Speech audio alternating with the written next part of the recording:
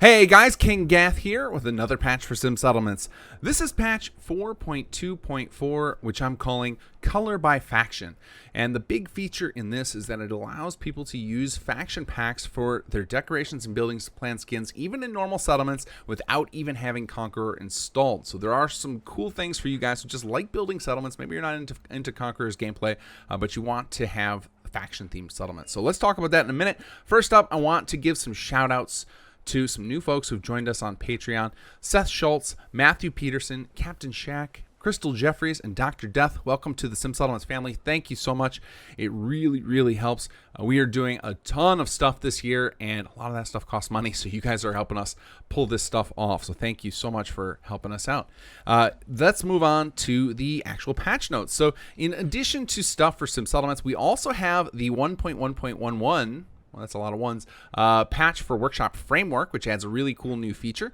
And then we've got an update to the Project Blueprint mods, which are part of the City Planners Toolkit. So I'm going to start off with the Sim Settlements stuff, because that's what you guys came here for. And the first thing, or the biggest thing I can show you, there's a lot more than one I'm going to show you. Definitely check out the patch notes. But if you head to your City Planners desk and click Manage on the City Plan Blueprint map there, you'll see that there's a new option called Faction Decorations. And when you activate this, if you are playing with Conqueror and you do this in a settlement controlled by a faction, you'll show your controlling faction there. If not, or if you don't have a faction yet controlling it, you'll just see NA there. And you'll get these 4 options, or rather 5. You can still cancel, and this will show up even if you're not playing with Conqueror. You don't even have to have Conqueror installed for this to come up.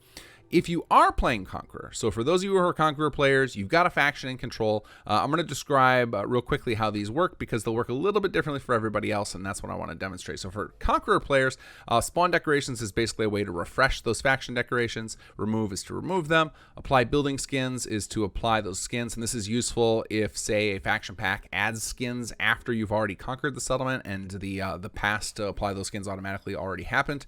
And then remove building skins will clear off any faction related skins. Okay, so now let's talk about this from the perspective of those of you guys who don't play Conqueror, or you're just trying to create a settlement. You just like designing settlements, but you'd like to add some flavor from a faction. Well, some of the packs have decorations, and these are various little totems or miscellaneous decorations that can be randomly scattered across your settlement for you. They've already taken a lot of time to define these. They already exist, and so you could be using them and to enhance your settlement. In addition, in the same way, building plan skins exist in some of the faction packs to add a flavor from that faction to a lot of the existing Sim Settlements buildings. The one I can tell you for certain has it is the Adam's Glory faction pack with Children of Adam themed stuff, and then we actually include them with Conqueror for Raiders. So there are a lot of these skins available already, and most of the faction packs have decorations available. So I'm going to show you what happens when you activate this. So if you click Spawn Decorations and you don't have a faction already in control, you'll get a list of all the faction packs you have installed. Now there's one exception to this, and that is Conqueror's faction is called Your Gang by default. Will not show up until after you do the beginning of Jammer's questline and conquer your first settlement. This is actually something I will look to change in the future, but we implemented Jammer's faction differently than the faction packs, because when we did Jammer's faction packs didn't exist yet. So it's kind of unique in the way it's handled, but I am looking into a way to make sure that it can work with this system as well in the future without you having to do part of Jammer's quest. So just know that if you're looking for the Raider stuff that we included, it's called Your Gang and won't come up until you start doing Jammer's quest. You don't have to finish his quest, but you've got to at least get it far enough along to conquer your first settlement. All right, so you'll get this list here. You just cycle through them, and then when you like one, you hit use this faction, and then you'll get this message about faction decorations. Now, one of the things it's warning you about is the stuff that a lot of Conqueror players are very aware of, and many of them have this feature disabled because of this, is that occasionally the game will decide to float these items up in the air. Now, it's much worse when used with Conqueror, because what Conqueror attempts to do is to do this in the background, to make it appear that when you return back to the settlements you conquered, your army actually did this for you. But when you do it from the desk here, it actually does it in real time all around you. And the benefit to this is the reason that those items float is because it requires to know where the nav mesh is, and that can only be done in a loaded cell. So what happens with Conqueror players is frequently you guys will conquer a settlement, and then the faction decorating will be happening in the background. You don't realize it, and then you leave, and then you come, and then so while you're out doing other things, it's still trying to calculate the position. It can't find the ground anymore because you already left, and then a lot of those things end up floating.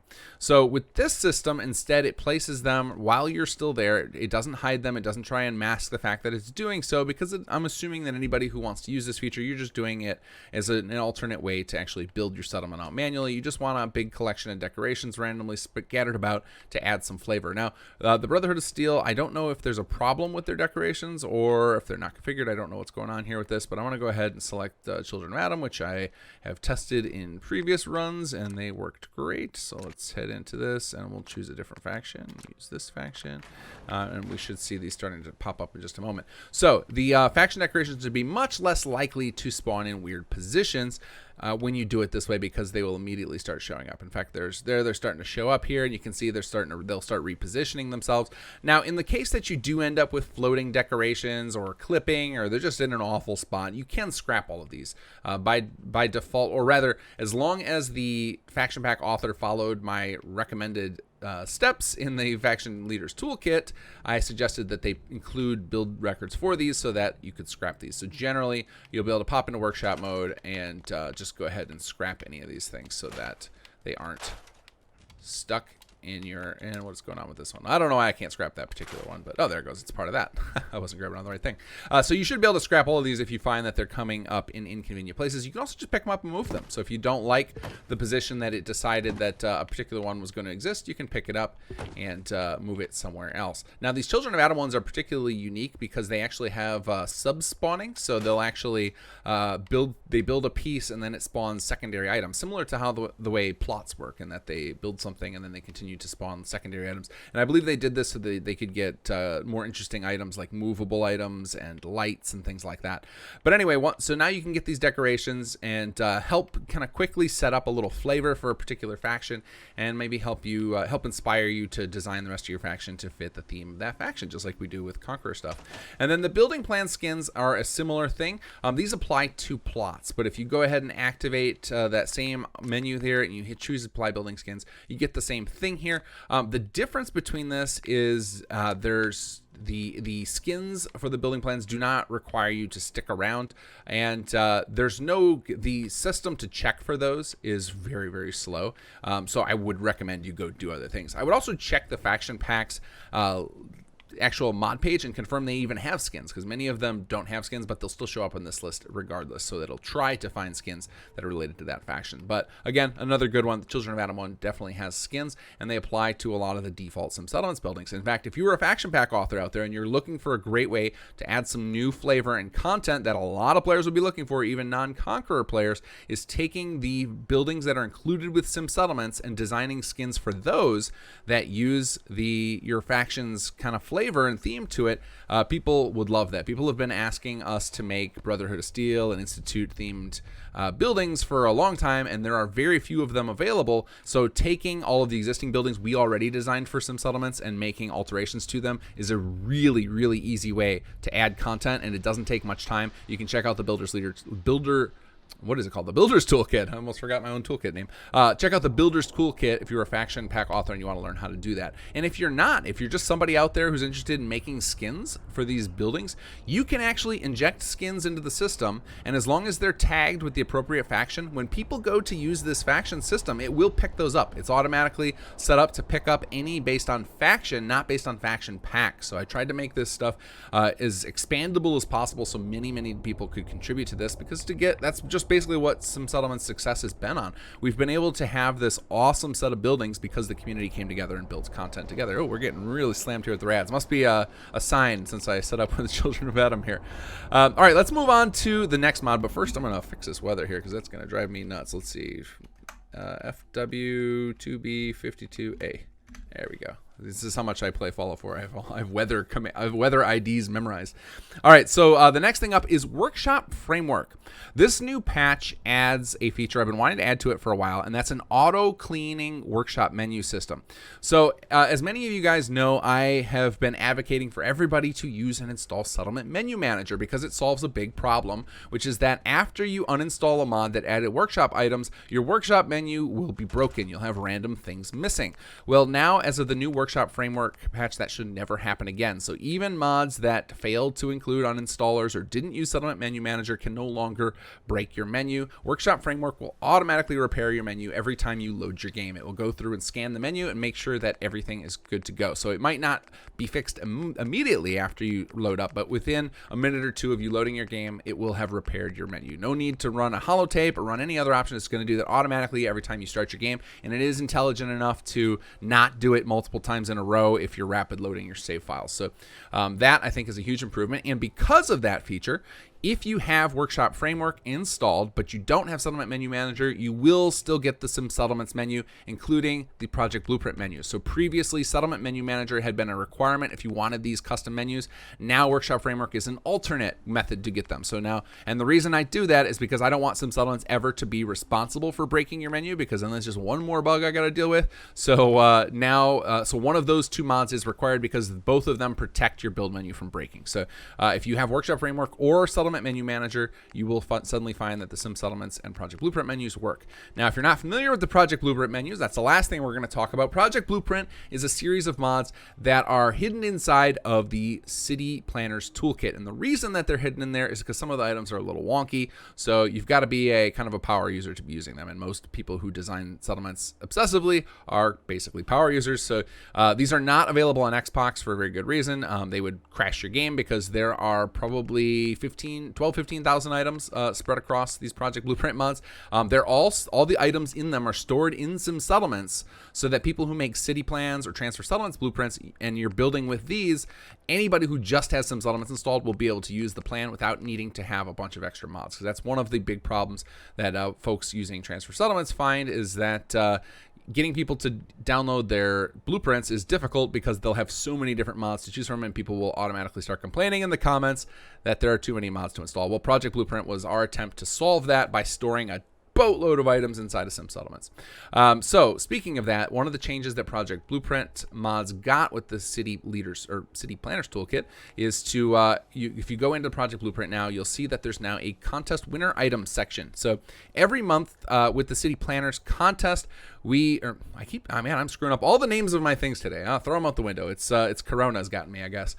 So if you go in and join the City Plan contest, the winner every month now gets to choose some items for us to add to Sim Settlements. So we add some new buildable items, whether we get them from the base game, or a lot of times we've been getting them from the add-on pack authors who have their own custom assets, and they've been kind enough to share some of them with us. So if you pop in here, you'll see the winners and what they have chosen. So Carvok is a big fan of Raiders, so he's added a bunch of Raider decorations to the toolkit. And then we've got some new beds from Kynthia Barnes. Filthy Casual just really wanted this particular water tower, which we added that. And then the last one that's not in this list yet is ND Cowdy. He actually added a boatload of letters and numbers, and they were this decal system, and I just didn't have the patience to tag them all with his name because there are literally hundreds of them, and it takes forever to load those forms in the CK. If anybody wants to do that work, I would happily add that to you, but I don't think ND Cowdy minds. But I just wanted to give him a shout out because he does amazing settlement designs. He's won tons of our contests, and his stuff is in here. It's just not under this particular list. But we're going to continue to add new items each month as people win that. This was a new prize that was added at the end of last year, November. So we've only had 4 winners that got this particular prize. Prior to that, we were just giving away Steam keys. Now the top 3 all get the option of Steam keys or Sim Settlements t-shirts, and the winner, in addition to that, gets to add new items to our toolkit. So if you are not using these mods and you want access to tons of new items, go grab these. They're in the City Planners Toolkit. And while you're at it, you should join the City Plan contest. We are constantly trying to get new people involved in that because it's just fun to see new designers' takes on these styles. We're constantly rotating settlements every month, and we Occasionally we change up the rules a little bit. And just a reminder on that city plan contest, if for those of you who are unfamiliar with it or didn't follow it last year, we ended it with something called the Masters contest. And this was a huge contest. It had a $500 cash prize for first place. We did these really fancy videos for each of them that were all professionally narrated. It was just a lot of fun. You can check on my channel. If you search up Masters, you'll find the videos that we created for that. And if you want to participate in this year, it will be happening at the end of summer, early fall. This year, you have to have competed in one of the contests during that season. So if you want to join the next Masters contest this August or September, make sure you join one of the city plan contests between now and then. Or for those of you who have competed in the last 4, you're already locked in for that. So I think that's everything. I know that was a lot there, but definitely check out the patch notes for some settlements in Conqueror. There are tons of things, changes, little quality of life improvements, bug fixes. We did some little tweaks to the way Jammer's questline starts up to make things a little more immersive. So there's tons of stuff to read about. Go check out the patch notes on SimSettlements.com. All right, that's enough out of me, guys. Take care and enjoy the mods. Oh, I almost forgot. We got to do our t-shirt giveaway. So for those of you not familiar, every patch video we give away a Sim Settlements t-shirt, and now the method to get access to that. So if you want to be in the little drawing for a t-shirt, leave a comment below and make sure it's not just this hashtag I'm about to give you. Got to have something else there too. I don't want to just be spammed with hashtags of this. So, put a comment about something you like about Sim Settlements, tell me a bug report, make a funny comment, whatever you want. Just put something down there. This one's going to be hashtag quarantine, since we're all probably stuck at home for the next month playing video games. So hashtag quarantine if you want access to a chance to get a Sim Settlements t-shirt. On Monday, I will draw a random name and I will respond to your comment telling you how to get in touch with me. And if I hear back with you from within 24 hours of that, I'll send you a free t-shirt. Hopefully YouTube doesn't ban me for having a bunch of coronavirus references in my comments. But anyway, guys, now I can say take care and enjoy the months.